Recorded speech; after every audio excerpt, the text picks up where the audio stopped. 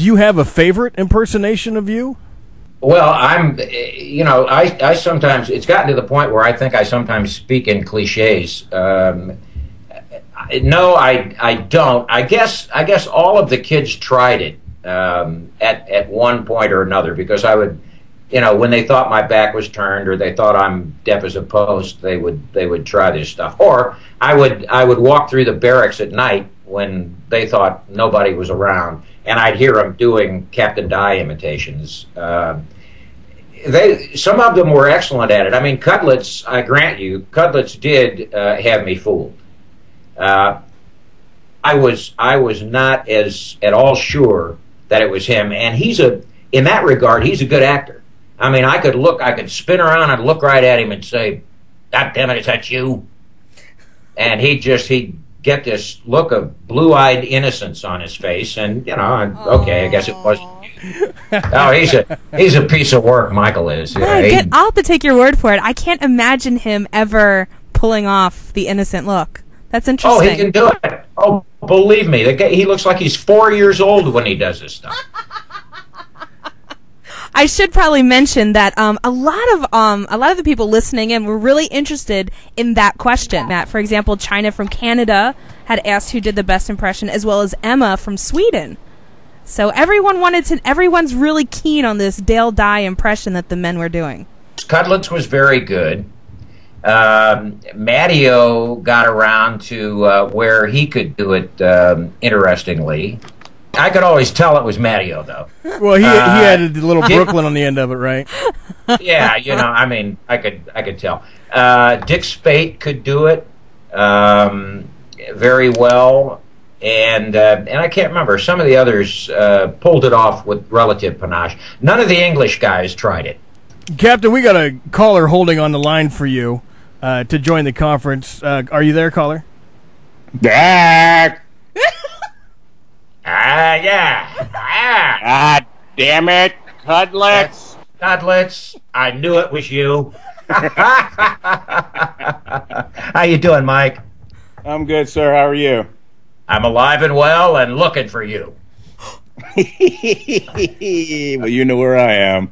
I do, buddy, I do. These guys have been doing a fantastic job talking to all of us, very respectful of the project, and it's going to be something nice to have after they're all done, a nice little documentary of 10 years later. Yeah, absolutely, Mike. I agree, and it's amazing to me, and I know it's amazing to you and the rest of the other guys. We've all done dozens of projects, and this is one that just occupies that special place. I mean, when we get together over at your place for one of the barbecues or to drink a couple of beers or something, I mean, it's as though we just walked out of the front gate at Longmore. I mean, nothing seems to have gone on between then and now. It's amazing. Yes, notice he said walked out of the gate. The gate was about a mile from the building. and the bus followed us out of the gate. We were not on the bus. We were walking. That's right. And that's as it should be. I like it. But just take a brief moment. Congratulations again, sir. Oh, thanks very much. I appreciate it. That's both of those, both our series and the Pacific, kind of cleaned up, and very proud of them. Very proud of all of you guys who made it happen. Well, it only happened because of you, and everybody who was part of the project knows that. There were a lot of components to it, all very, very critical, but none more critical than representing the men and respecting their positions and what they did for our country. And honestly, this is not blowing smoke when we say that was everybody's main concern, and I know it was. Definitely led the charge on that. So we owe it all to you. Say, let me ask you something, brother. Let me ask you if you remember this, and I'm sure the audience would be glad to hear it. But I think when I really understood what we had built, when it really came home to me, is the day we all came home on buses. We went from Longmore to Hatfield, and training was over. And I formed you guys up. And Hatfield is an old British aerospace hangar area where you can hear echoes off the building walls and all that sort of thing. And I had you guys marching around singing. And everybody was hanging out the windows and cheering and yelling, and I could see your chest swell up. And I said, you know what? We have built a unit. We have built Easy Company. That was an amazing day. Absolutely, and it was. You can't really describe the feeling either being part of that group with doing all the cadence.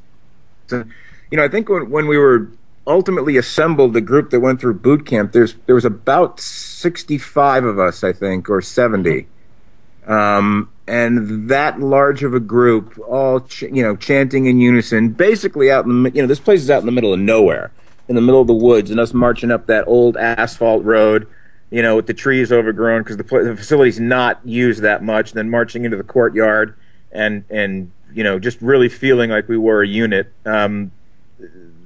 There's nothing in my life that's going to compare to that. No, that was truly amazing. And you remember I told you guys why we do that. I used to say when we were running, I would say, listen to your feet, listen to the power, listen to the strength of this unit as opposed to the strength of one man trying to do this. And I think that was a great object lesson. Absolutely. Absolutely. You're a master. I humbly submit you may be right. I told the guys earlier, and I'm feel free to use this as long as you credit me with it. You are Tony Robbins with a gun. Yeah, without a doubt, one of our favorite quotes. Yes. Yeah. Motivator of men. Or I've been tweeting that Captain Dale Dye invented Inception. It's secretly convincing somebody to do something as if it's their own idea, but it was your idea the entire time. Yeah, that's what I do. I infiltrate their brain housing group, grasp them by that brain and squish it a little bit, and the next thing you know, I'm in their gut and they never even felt it. Exactly. Oh, trust me, sir, we felt it. Okay. We just didn't know what it was. I'll modify that. Yeah, it's felt like diarrhea or some bad bug. I know. Well, do you have any particular stories you would like to embarrass Mr. Cudlitz with at this point in time? Michael actually was a pretty strong dog.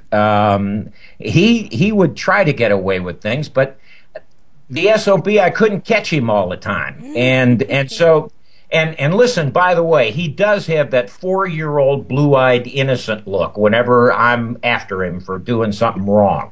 I mean, yeah, I admit he was a year or two older and had more experience and so on and so forth, had a family and everything, and the other guys didn't have that. But that doesn't mean Cudlitz can't play the 4-year-old in the corner who didn't do it, Daddy. That's completely amazing. Daddy. Yeah, right. No, Michael was strong, and I think a lot of he's a big guy anyway, and he's a strong guy. And he had a really calm demeanor about him most of the time, or at least he exhibited one. I don't know how he was feeling inside, but I think some of the I think some of the other guys drew some strength from him, and I think Michael played that very well. He would have been if we hadn't already had ranks assigned that we knew where we were going. Cudlitz would have easily been an early corporal, early sergeant. I mean, he has that kind of leadership thing about him. That's high praise indeed. It's a great compliment. Absolutely. Well, Michael, I want to thank you very much for participating in our Captain Dye episode. I wouldn't have missed this for the world unless, of course, I had to miss it. Then I would have. Yeah. But really, awesome. that's ambiguous. Yes, sir. I'm sure I will see you very soon. Congratulations again. Always a pleasure, and we'll talk to you guys real soon. Thanks, Bull. Appreciate it. See you, buddy. Take care. Thank you, Michael. I imagine his wooing skills are just at that master level. Oh, I'm betting. I'm sorry I couldn't make that date. I mean, I wouldn't miss this date for the world unless I did miss it. Yeah. Then I would have missed it. That's Michael for you. I mean, he's a pragmatist, I'd be glad to do this if I could, but I can't, so I won't. That's Michael. That's right.